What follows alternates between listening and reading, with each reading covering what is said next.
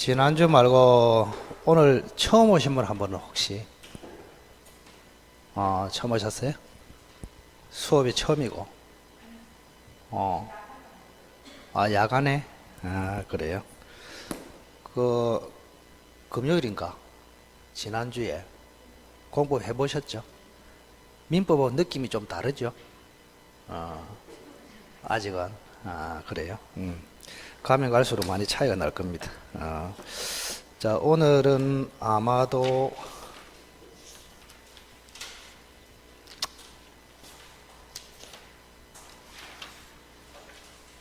(218페이지) 무효 취소.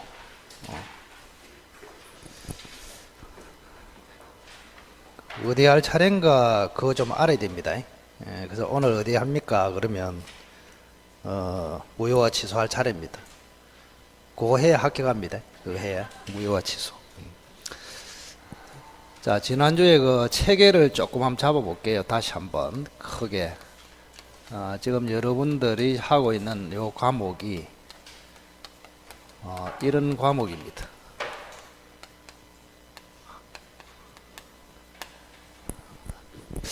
자, 요 앞에 민법에서 34문제가 나온다 그랬고 여기서 6문제가 나온다 그랬습니다. 이렇게. 민법은 크게 세 가지 파트가 있다. 첫째는 총칙이 있고요. 두 번째는 불권법이 있고 세 번째는 채권법이 있다. 그래서 총칙은 권리를 다루는 파트이고 요 권리는 크게 두 개거든요. 물권하고 채권. 물권을 다루면 물권법, 채권을 다루면 채권법. 자, 채권은 계약을 하면은 발생하기 때문에 계약법이라고도 합니다. 이렇게 크게. 자, 총칙에서 10문제, 물권법에서 14문제, 10문제. 이렇게 해서 34문제가 나옵니다. 자, 그러면 총칙에는 이제 권리는 뭐 때문에 발생하느냐? 법률 행위로 발생한다. 법률 행위. 이렇게. 그죠? 총칙의 시험 보면은 법률 행위라고 했다. 법률 행위. 자, 민사특별법 6문제 나오는데 법이 5개가 있습니다. 혹시 이 법 이름이 기억이 날까요? 이름이 기억나면은 천재다, 천재. 천재.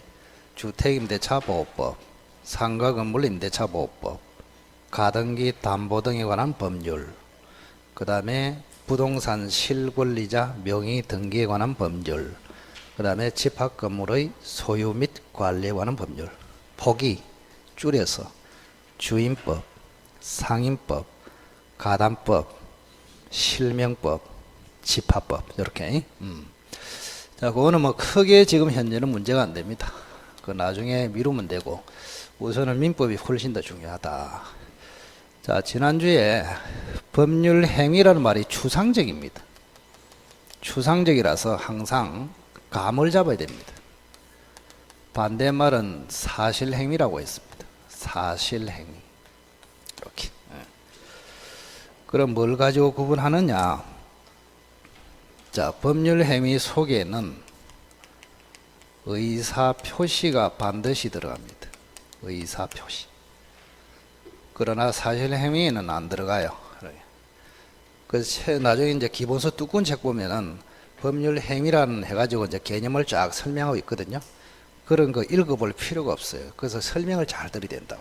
자꾸 읽어보고 이게 무슨 말인지를 의미하면서 외우려고 들면은 한이 없습니다. 그냥 법률 행위는 의사표시가 들어간 행위, 의사표시가 안 들어간 행위는 사실행위. 딱 간단하게. 그러면 법률 행위는 의사가 들어있기 때문에 의사에 따라서 뭔가 결과가 생깁니다. 의사에 따라서. 근데 여기는 의사가 없잖아요. 그래서 의사에 따라서 결과나 효과가 생긴다 말을 할 수 없어요.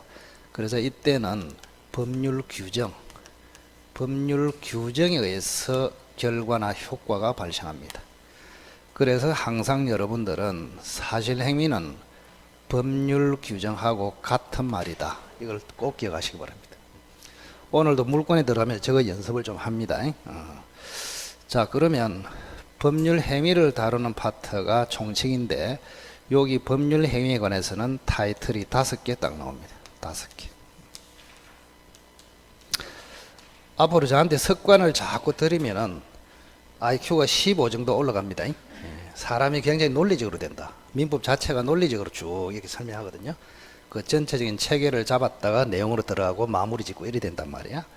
그러면 1번은 법률 행위의 의, 2번에는 법률 행위의 요소인 의사표시, 그 다음에 법률 행위를 다른 사람을 통해서 시킵니다. 대리라고 합니다. 그 다음 법률 행위 하는 것도 중요하지만 법률 행위를 끝내는 것, 무효와 취소라 합니다. 무효와 취소. 그 다음 법률 행위 할 때는 순수하게 할 수도 있지만 조건을 붙여서 할 수도 있다. 그 다음에 기한을 붙여서 할 수도 있다. 5가지 타이틀. 그래서 여러분들은 읽으실 때 항상 그냥 의사표시 읽으면 안 됩니다.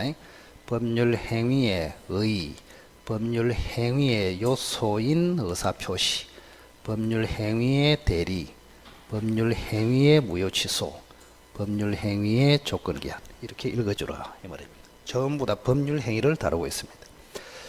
그래서 지난주까지는 여기까지 했습니다. 맞죠? 어디부터 하느냐, 어디까지 했느냐, 그걸 첫째 알아야 됩니다. 첫째. 그래야 내가 주소가 어딘지를 확인할 수 있어요. 자, 그러면 오늘은 여기 들어가는데, 자, 우선은 여러분들이 보시면 무효하고 취소가 있어요. 무효하고 취소하고 차이가 뭔지를 알아야 됩니다. 무효는 효력이 없다, 유효는 효력이 있다, 그런 뜻이거든요. 자, 무효의 반대말은 뭐라고요? 유효입니다. 유효.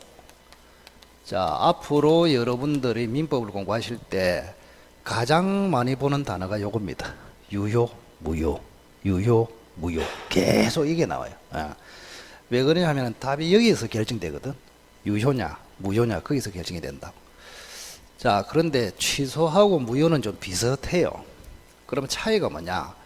첫째, 무효는 이거는 주장을 안 해도 돼. 처음부터 그냥 효력이 없는 거야. 자, 재판에 갔을 때 판사는 무효입니다, 이렇게 주장을 안 해도 돼.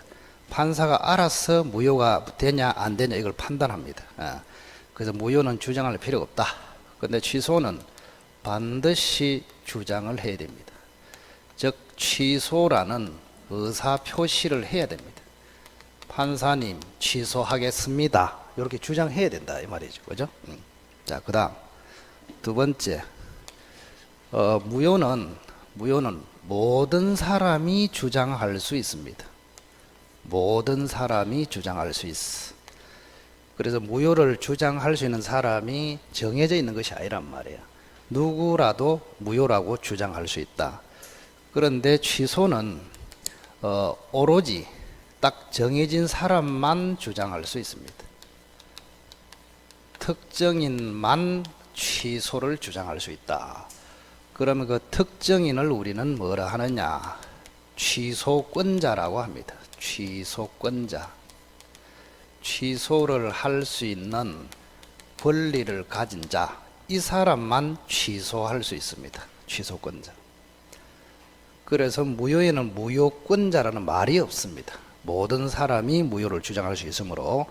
근데 취소는 딱 몇 사람, 정해진 사람만 취소를 할 수 있기 때문에 취소권자가 정해져 있습니다. 여기 이제 140조에 나오고 있거든요. 140. 좀 이따가 보겠습니다. 140 취소권자.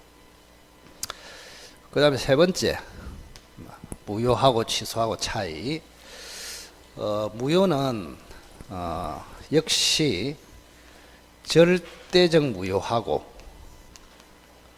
상대적 무효하고 이렇게 나눠집니다. 절대적 무효, 상대적 무효. 절대적 무효는 강력한 무효입니다. 상대적 무효는 약한 무효이고, 이렇게. 이렇게. 근데 취소는 역시 똑같습니다. 비교를 하고 있지만 절대적 취소하고 상대적 취소하고 있습니다. 그래서 절대적이란 말이 나오면 강력해요. 요거는 약하고 요렇게.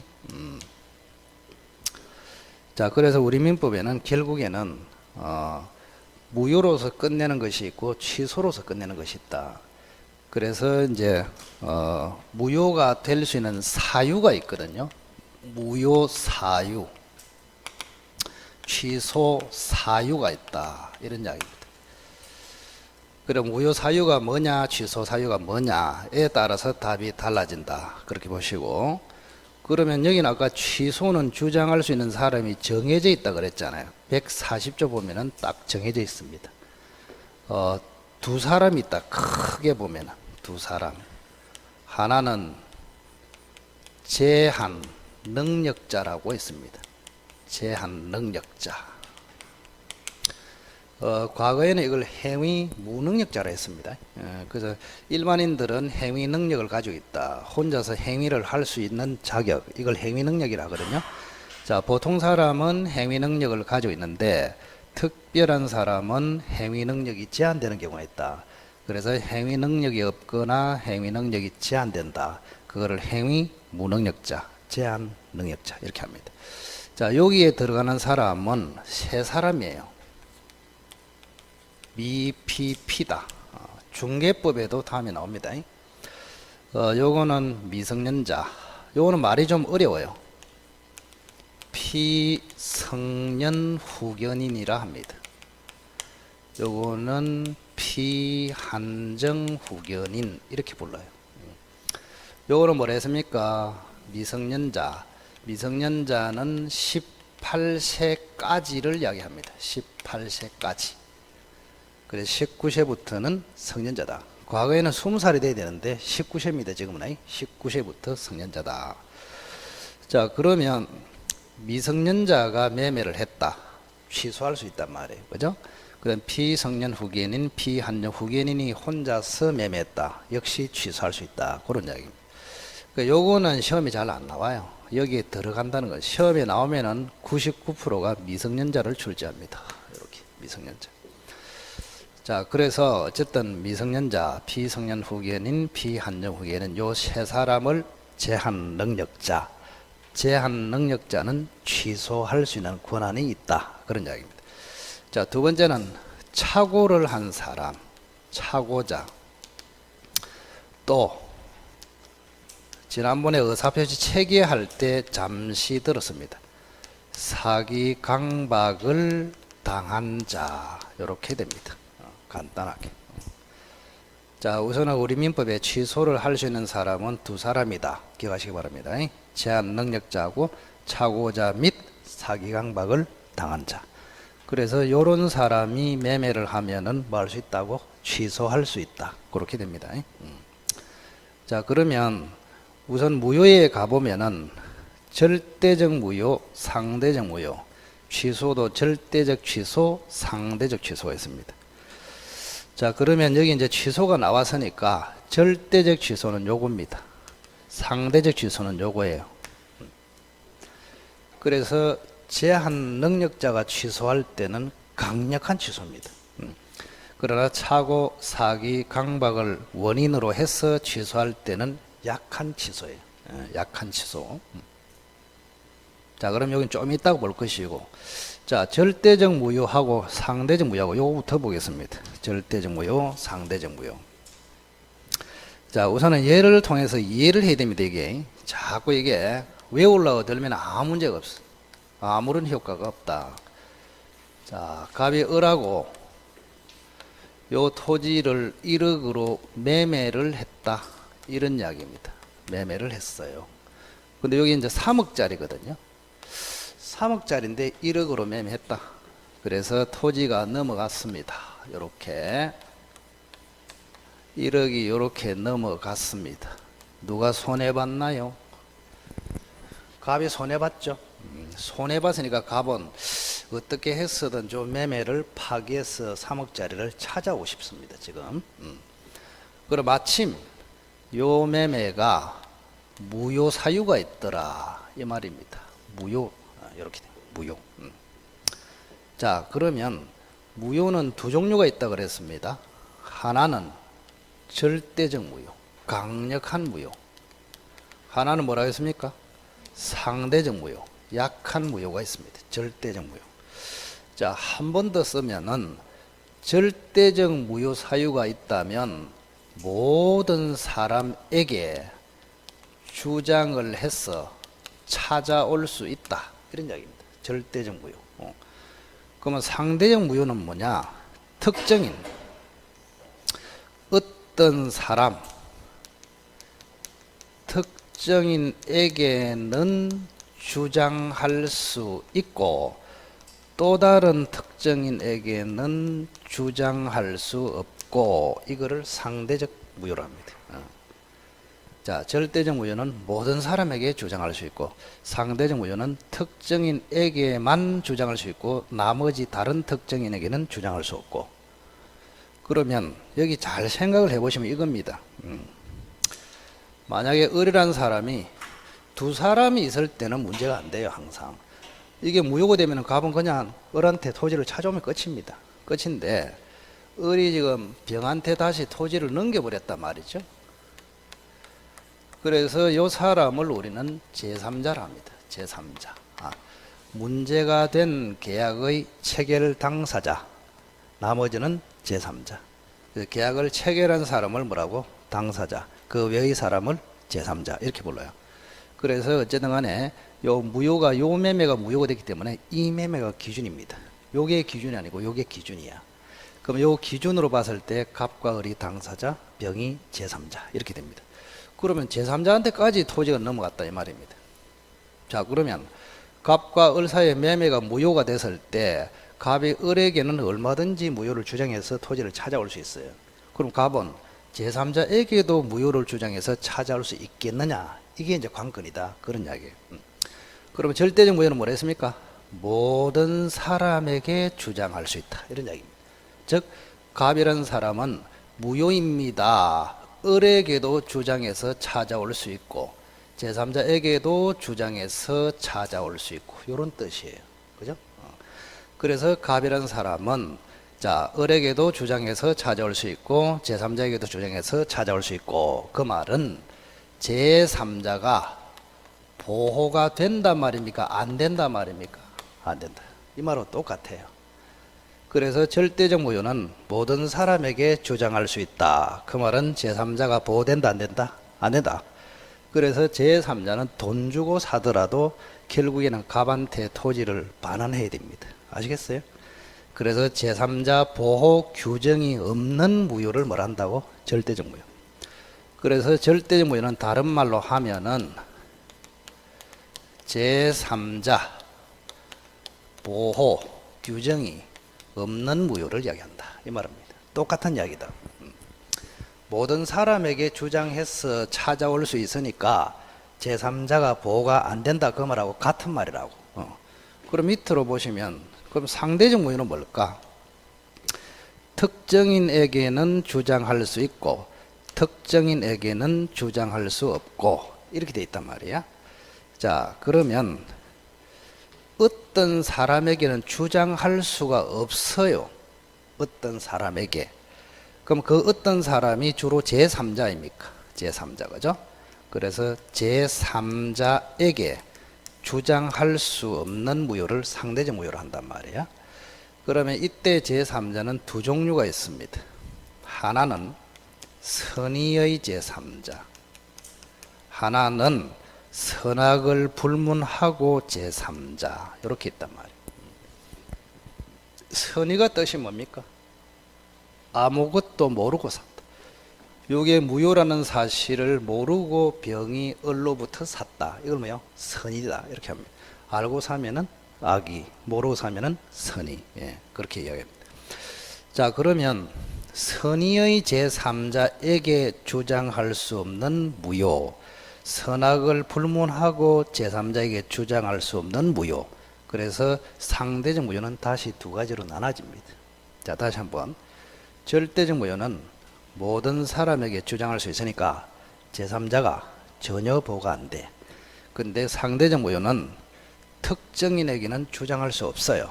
그럼 그 특정인은 선의의 제3자가 될 수도 있고 선악을 불문하고 모든 제3자가 될 수도 있다. 그 말입니다. 그러면 선의의 제3자에게 주장할 수 없다. 그 말은 선의의 제3자 보호 규정이 있다. 이 말하고 똑같잖아요. 모든 제3자에게 주장할 수 없다. 그 말은 그냥 제3자 보호 규정이 있다. 이런 말하고 똑같습니다. 이렇게.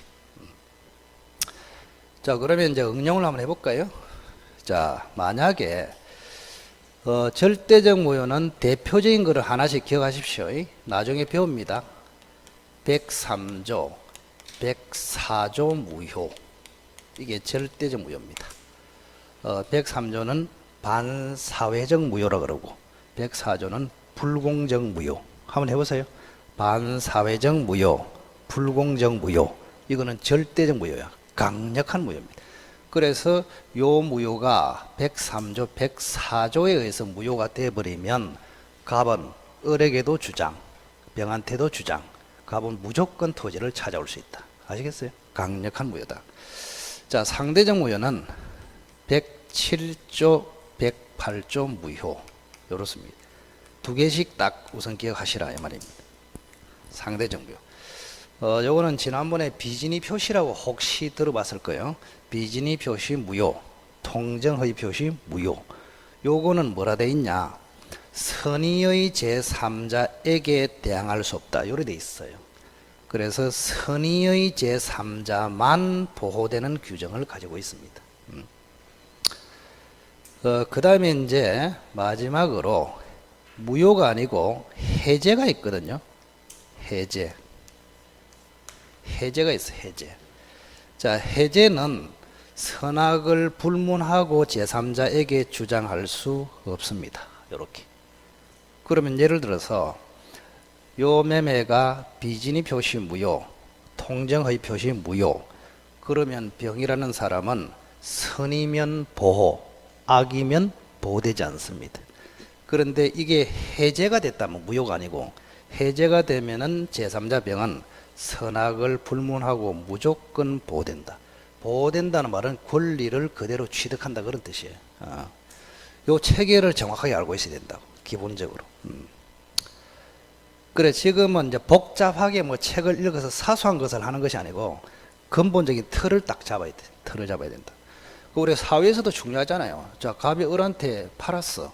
을이 병한테 또 팔았어. 근데 이게 알고 보니까 무효야. 이 사람 어떻게 되겠냐? 이게 굉장히 중요하잖아요. 응? 이 사람을 보호해야 되겠냐? 이 사람을 보호해야 되겠냐? 이런 이야기입니다. 그러면 이 사람을 보호한다는 말은 이 사람이 찾아온다 그 말이고 이 사람을 보호한다는 말은 병이 소유자로 확정된다 그 말 아닙니까? 그럼 이 사람이 소유자로 확정되면은 갑이 을 때문에 소유권이 병한테 날아가 버렸잖아요. 그러면 갑은 을한테 가서 뭐 예를 들어서 책임질 하든지 이렇게 따지게 된다고. 그래서 이게 제3자 병을 보호할 것이냐 원래 소유자 갑을 보호할 것이냐 중요한 문제가 발생합니다. 여기서.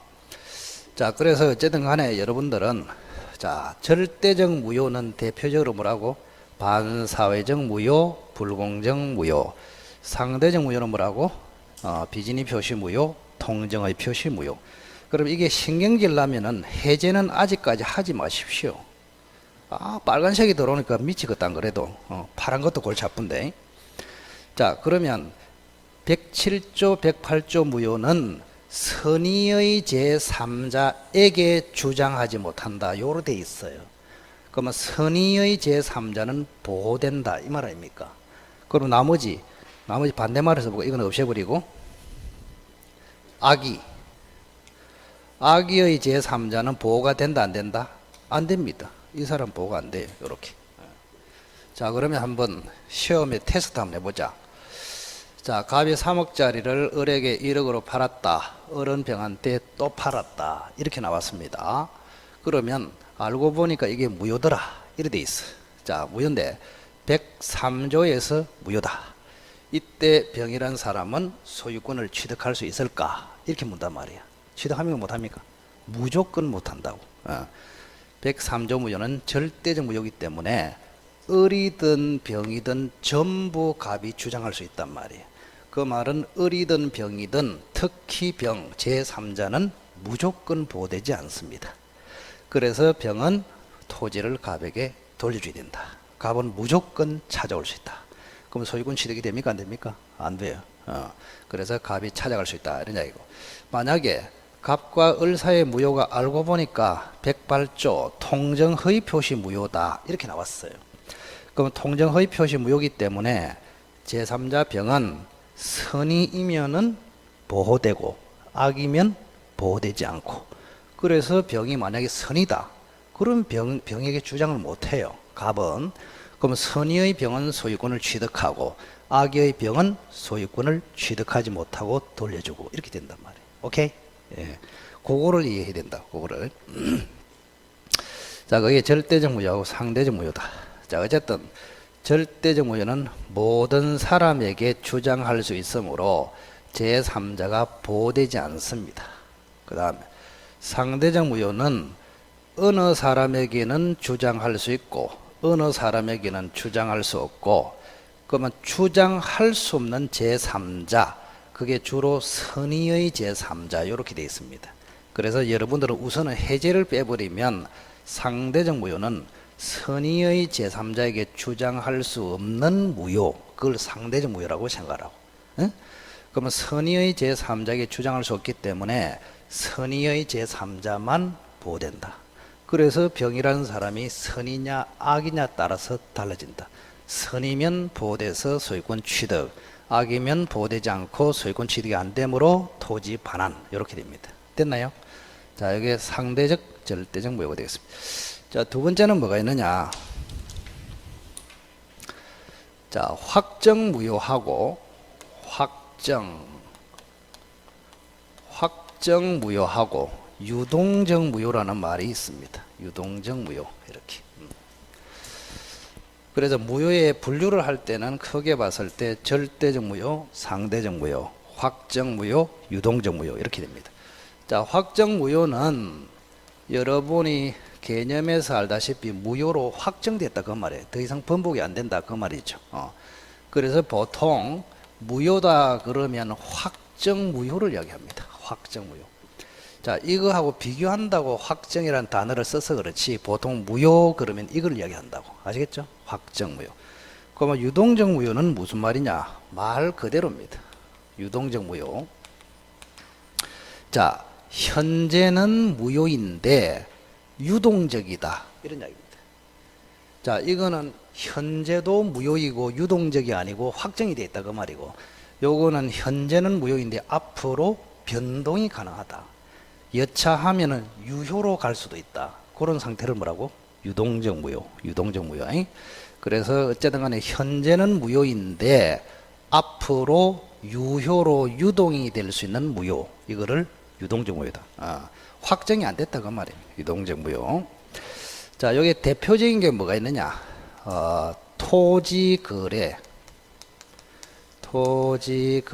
허가지역이 있거든요. 토지거래 허가지역, 요거 들어봤을 거예요. 허가를 받아야 토지거래를 할 수 있다 이런 이야기입니다. 그러면 토지거래 허가지역에서 갑이라는 사람이 만약에 토지를 을하고 지금 거래를 한다 칩시다. 1억으로 거래합니다. 거래의 대표적인 게 계약 매매 아닙니까? 그죠? 그런데 아직까지 허가를 받아야 되는데 허가를 받지 않았다 이 말입니다. 자, 요 지역에서 속해 있는 토지를 거래할 때는 관청의 허가를 받아야 돼. 그럼 허가를 아직 안 받았어요. 자, 안 받으면은 요거는 일단은 매매는 효력이 안 생깁니다. 이렇게 무효야. 무효. 현재는 무효야. 근데 앞으로 허가를 받으면 어떻게 됩니까? 받으면 유효로 바뀝니다. 그러면 현재는 허가 전에는 무효이지만 무효로 확정이 됐습니까? 유동적입니까? 유동적. 그래서 이거를 유동적 무효라 이렇게 부른단 말이에요. 유동적 무효.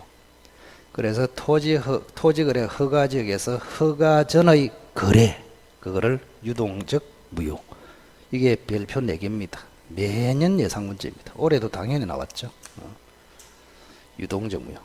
이론이 좀 시험 내기에 아주 좋습니다. 토지거래 허가지역 이렇게 됩니다. 자, 그 다음에 이제 무효는 요 두 가지 개념만 기억하십시오. 절대적 무효, 상대적 무효. 그 다음에 확정 무효, 유동적 무효. 자, 일반적으로 무효 그러면 확정 무효를 말하고 특이한 것이 유동적 무효다. 유동적 무효의 대표적인 게 토지거래 허가 지역에서 허가를 받기 전에 거래, 그거를 유동적 무효 상태다 이렇게 부릅니다. 요거 말고도 또 있는데 이게 이제 워낙 중요하니까 요것만 우선 기억하시고. 자, 그러면 취소의 예를 한번 들어볼게요. 자, 갑이 3억짜리 토지를 역시 을에게 1억으로 매매를 합니다. 3월 1일 날. 자, 3억짜리가 이쪽으로 넘어가고 1억이 이쪽으로 넘어갔습니다. 갑이 2억을 손해보고 있네요. 그래서 갑은 저 매매를 파기해서 지금 토지를 찾아오고 싶다. 그런데 무효 사유는 없어. 103조, 104조, 107조, 108조 거기에 해당되지 않습니다. 그런데 알고 보니까 을로부터 사기를 당했더라. 을로부터 협박을 당했더라 이 말입니다. 자, 싸게 판 이유가 뭐라고요? 사기당해서, 협박을 당해서 싸게 팔았단 말이에요. 그리고 갑이란 사람이 알고 보니까 착오를 해가지고 싸게 팔았다 이런 이야기입니다. 착오. 그러면 갑을 뭐라 하나요? 갑을 착오를 한 사람이죠. 그래서 착오자, 사기 강박을 당했죠. 그래서 착오자 및 사기 강박을 당한 자 어디에 들어갑니까? 요 있네. 그죠? 맞죠? 그래서 갑은 어디에 들어간다고? 취소권자에 들어간다고. 취소권자. 그래서 갑은 요 매매를 뭐 할 수 있다? 취소할 수 있다. 이렇게 하는 것입니다. 취소할 수 있다. 이렇게. 그래서 아무 때나 내가 취소하고 싶다고 해서 취소하는 것이 아닙니다. 그래서 우리 민법에는 취소권자, 취소 사유 이게 딱 정해져 있단 말이에요. 착오, 사기, 강박. 또 하나 더 해야 되겠죠. 뭐가 있습니까? 일본에 제한 능력자. 요게 갑이 알고 보니까 16세더라 이 말입니다. 16세가 뭐요? 미성년자. 그래서 미성년자는 제한 능력자에 들어가므로 역시 취소할 수 있다 이렇게 됩니다. 그래서 저걸 단순히 취소권자는 제한 능력자하고 착오자고 사기강박을 당한 자 저걸 외우려고 생각하지 마시고 이 그림을 통해서 갑이 어떤 경우에 매매를 깨서 토지를 찾아오느냐 그게 몇 가지라고? 크게 보면은 4가지입니다. 제한 능력, 착오, 사기, 강박 이렇게. 그 우리 보면은 전부 다 취소할 수 있다. 취소할 수 있다. 이렇게 돼 있단 말이에요. 취소할 수 있다. 자, 그러면 요 미성년자는 왜 그러면 취소할 수 있을까요? 미성년자는 행위 능력이 없거나 행위 능력이 제한되어 있는 사람이다. 그래서 요거를 가장 정확하게 해석하면은 민법상 바보다. 이렇게 생각합니다. 바보. 응? 바보. 축구. 제가 제일 잘 쓰는 말이 요겁니다. 오토바이. 응? 민법상 바보다. 오토바이는 묻지 마라 그런 게 있다. 바보, 축구, 오토바이다. 그래서 바보는 민법에서 보호를 해준단 말이야. 바보가 매매를 하면은 제값을 받는다 못 받는다? 손해보잖아요. 그래서 취소시켜서 원상회복시키는 것입니다. 취지를 아시겠죠? 그죠? 바보. 그러면 이 바보 뒤에는 항상 누가 있느냐? 미성년자 뒤에는 부모가 있죠. 그 부모를 친권자라 합니다. 친권자. 이렇게 친권자. 자, 친권자는 미성년자를 대리할 수 있습니다. 대리인입니다. 대리인. 그럼 지난번에 대리를 배울 때 미성년자로부터 그죠? 수권 행위 대리권을 받아서 대리인이 됐다. 이걸 임의 대리. 그 다음에 미성년자로부터 수권이 없이 법률 규정에 의해서 당연히 대리인이 됐다. 그걸 뭐라고? 법정 대리. 그래서 친권자는 아들로부터 대리권 받을 필요가 없어요. 근데 법률 규정에 의해서 당연히 대리권이 생깁니다. 그래서 이 사람을 조금 더 법적으로 이야기하면은 법정 대리인이다 이렇게 이야기합니다. 그럼 미성년자는 능력이 없기 때문에 법정 대리인의 동의를 받아서 매매를 해야 되거든요.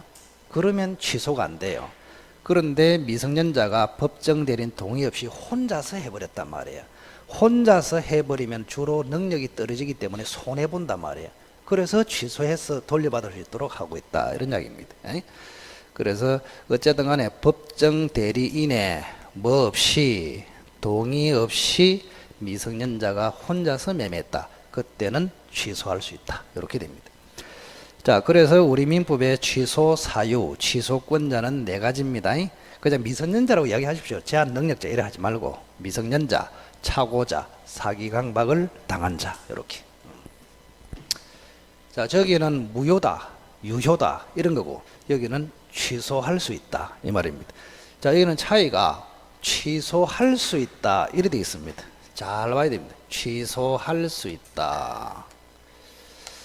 자, 취소를 했습니까? 안 했습니까? 안 했어요. 그냥 취소할 수 있다 이렇게 되어 있어. 그럼 여기도 당연히 두 가지로 갈라집니다. 두 가지. 취소했다. 취소를 해버렸어. 그 다음에 취소를 포기할 수도 있거든요. 나 취소 안 하겠다. 두 가지로 갈라집니다. 자, 취소를 할 수도 있고 판사 앞에서 판사님 취소하겠습니다 이럴 수도 있고 판사님 저는 취소 안 하겠습니다. 취소를 포기하겠습니다 이래 할 수도 있단 말이에요. 그러면 취소를 해버리면 이제는 드디어 무효로 간다 이 말입니다. 취소를 해버리면. 근데 취소를 안 해버리면 어떻게 될까요? 유효입니다. 이렇게 합니다. 유효. 두 가지 길로 갈라진다. 그래서 항상 취소할 수 있다 이래 나오면은 취소를 한 경우하고 취소를 포기한 경우로 나누라. 취소하면 무효, 포기하면 유효 이렇게 부릅니다. 그러면 취소를 안 하겠습니다. 이거를 유명한 말로 뭘 하느냐? 한번 읽어보세요. 추인이라 합니다. 여러분을 끊임없이 괴롭힙니다. 민법에 계속 나옵니다. 추인할 수 있다, 추인할 수 없다 이런 식으로. 자, 추인이 무슨 말이냐고 물으시면은 항상 머릿속으로 유효로 만드는 의사표시다. 뭐라고 했습니까? 유효로 만드는 의사표시. 추인하겠다. 그 말은 유효로 하겠다 그런 뜻입니다. 한자 그대로는 따라가서 인정한다. 추인 이렇게 쓰거든요. 따라가서 인정. 그거를 풀이하면은 유효로 만들겠다. 이런 뜻이 추인입니다. 자, 그래서 취소할 수 있다에서는 두 가지로 취소하면 무효로 가고 추인하면 유효로 가고 이렇게 됩니다. 두 가지로 나눠진다 이 말입니다. 자, 그러면 언제부터 되느냐 이런 것도 있거든요. 예를 들어서 매매는 3월 1일 날 했는데 취소는 5월 1일 날 했어요. 이렇게 두 달 뒤에 했단 말이에요. 두 달 뒤에. 그러면 두 달 뒤에 취소하면은 취소한 때 5월 1일부터 무효로 되느냐, 두 달 앞에 소급해서 3월 1일부터 처음부터 무효로 되냐, 이것도 굉장히 중요합니다. 그래서 무효는 언제부터 되느냐? 3월 1일 처음부터 됩니다. 이렇게. 자, 취소는 5월 1일에 했지만 무효는 언제부터 된다고? 3월 1일. 매매할 당시 처음으로 거슬러 가서 무효로 만들어버린다. 처음부터. 이거를 우리는 소급적 무효로 합니다. 한번 읽어봐요. 소급적 무효. 자, 우리가 여기 개념이 하나 더 나오네. 자, 여기 보시면 여기가 현재입니다. 여기는 과거이고 여기는 미래이고 이렇게. 자, 현재로부터 과거로 미친다. 이거를 소급이라 합니다. 소급. 현재는 지금 5월 1일을 취소했잖아요. 근데 과거 3월 1일로 효력이 미쳐서 무효로 만들어버린다. 이걸 뭐라 한다고? 소급. 미래로 가는 것을 추급이라 합니다. 한번 읽어보세요. 추급. 과거로 미치는 효과, 이걸 소급효 이렇게 읽습니다. 읽어보세요. 소급효. 앞으로 미치는 효과를 추급효 이렇게 읽습니다. 추급효. 그럼 추급효는 소급효가 없단 말이죠. 그래서 이거를 추급효를 다른 말로 비소급효, 한번 읽어봐요. 비송. 이렇게 들렸습니다. 이 용어가 자유롭게 돼야 여러분들이 편해진다 이 말이에요. 그죠? 자, 현재로부터 과거로 소급, 미래로 추급, 비소급 이렇게 부른다. 그러면 현재 5월 1일 날 취소했는데 과거로 가서 무효로 만들기 때문에 뭐라 한다고? 소급적 무효로 합니다. 소급적 무효. 소급적 무효. 그럼 추인은 어떻게 될까? 추인. 자, 추인을 지금 5월 1일에 했단 말이에요. 이렇게. 그러면 유효는 언제 되겠냐? 요거는 5월 1일부터 됩니다. 5월 1일. 소급표가 있다 없다? 없어요. 취소는 처음부터 무효로 만들어 버리는데 추인은 그때부터 확정 유효로 만들어 버려요. 이렇게 차이가 있단 말이에요. 자, 취소는 뭐 소급적 무효, 추인은 비소급적, 추급적 유효 이렇게 만듭니다. 헷갈리지 마시고. 뭐 혹시 질문이 있으면 질문. 12월까지만 질문을 허용합니다. 1월달부터는 요게 적용됩니다. 앞에 써놨죠. 그 뭐라 써놨더라? 오랜만에 보자. 하도 오래돼가 이제 자리 선정 금지, 핸드폰은 모험, 수업 중 질문 금지. 열심히 수업하고 있는데 저 세 가지 하면은 맞아 죽습니다. 저한테가 아니고 동료들한테. 분위기가 살벌하다. 조심해야 된다. 조심. 그죠? 수업 중 질문 금지 저거는 이제 당연한 거 아닙니까? 그죠? 궁금한 거 있으면 쉬는 시간에 묻는 게 좋지. 수업 시간에 물어버리면 진도에 장애가 있고, 그럼 다른 사람은 다 알고 있는데 지 혼자 모르면 좀 미안하기도 하고 그렇잖아요. 그죠? 그래서 가급적이면 참았다가. 근데 이런 거는 있어요. 수업 중에 질문을 안 하면 자살할 것 같은 느낌이 있어. 그거는 해야 돼. 그거는 해야 돼. 할 수 없어. 잘못하면 큰일 나잖아요. 그죠? 그런 수업 중에 말고 무조건 질문을 하셔야 됩니다. 근데 어지간하면 질문을 안 하는 게 좋은데 12월까지는 괜찮단 말이에요. 12월까지는 기초를 지금 하고 있기 때문에 뭐 진도 개념보다는 여러분들의 기초를 용어 자체를 확실하게 심어주는 그런 시기다. 이걸 보고 좀 뭐 의문 드는 거 없습니까? 혹시? 자, 여기 앞으로 여러분들이 중요합니다. 추인. 말도 어려워. 제가 그냥 추인 썼지만 정확하게는 추인도 여러 종류가 있거든요.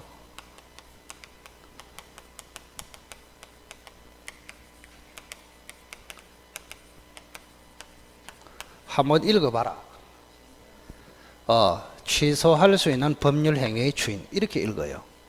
그냥 제가 추인 썼지만 그냥 추인 오면 너무 쉽게 이렇게 읽으면 안 돼. 앞으로 뭐라 읽으라고? 취소할 수 있는 법률 행위 추인. 왜냐하면 추인의 종류가 4가지가 있어요. 민법에. 무권 대리 추인, 무효행위 추인, 취소할 수 있는 법률 행위 추인, 무권리자 처분에 대한 추인 4가지가 있단 말이에요. 그 중에 하나가 이거란 말이에요. 자, 그래서 추인을 읽을 때는 그냥 추인하지 말고 앞에를 정확하게 읽는 습관이 있어야 된다. 한 번 더 해보세요. 취소할 수 있는 법률행위 추인 그렇게 부릅니다. 자, 그러면 이거 한번 물어볼까요? 자, 토지가 지금 여기 넘어갔잖아요. 을한테 넘어갔어. 3억짜리가. 그러면 갑이라는 사람이 사기나 강박을 당했거나 착오를 했거나 16세로서 동의 없이 매매했다면 취소를 할 수 있잖아요. 그럼 취소했다 칩시다. 자, 취소했다 치면은 3월 1일로 소급해서 무효가 돼 버려요. 처음부터 무효. 처음부터 효력이 없어져 버려요. 그러면 여러분들이 이 매매가 효력이 있다 없다, 유효냐 무효냐 이게 가장 중요하다 했습니다. 항상. 그래서 민법에 제일 많이 나오는 단어가 뭐냐? 한 번 더 이야기합니다. 유효냐 무효냐 이게 가장 많이 나옵니다. 그리고 이게 또 가장 중요하고 실제로 공부를 한참 하다 보면 결국 여기에 결론이 납니다. 유효 무효. 그리고 두 번째 많이 나오는 게 권리로서는 물권이냐 채권이냐 이 말이 가장 많이 나옵니다. 그래서 이 4마디를 알면 거의 답이 나올 정도로 됩니다. 결국 가면은 그 사이에 뭐 복잡하게 우리가 공부를 앞으로 하겠죠. 하지만 결론은 이렇게 갑니다. 유효냐 무효냐 물권이냐 채권이냐. 물권은 강력하고 채권은 약하고 유효는 효력이 있단 말이고 요거는 효력이 없다는 말이고 이렇습니다. 그러면 결국에는 만약에 이게 유효란 말이 무슨 말이냐?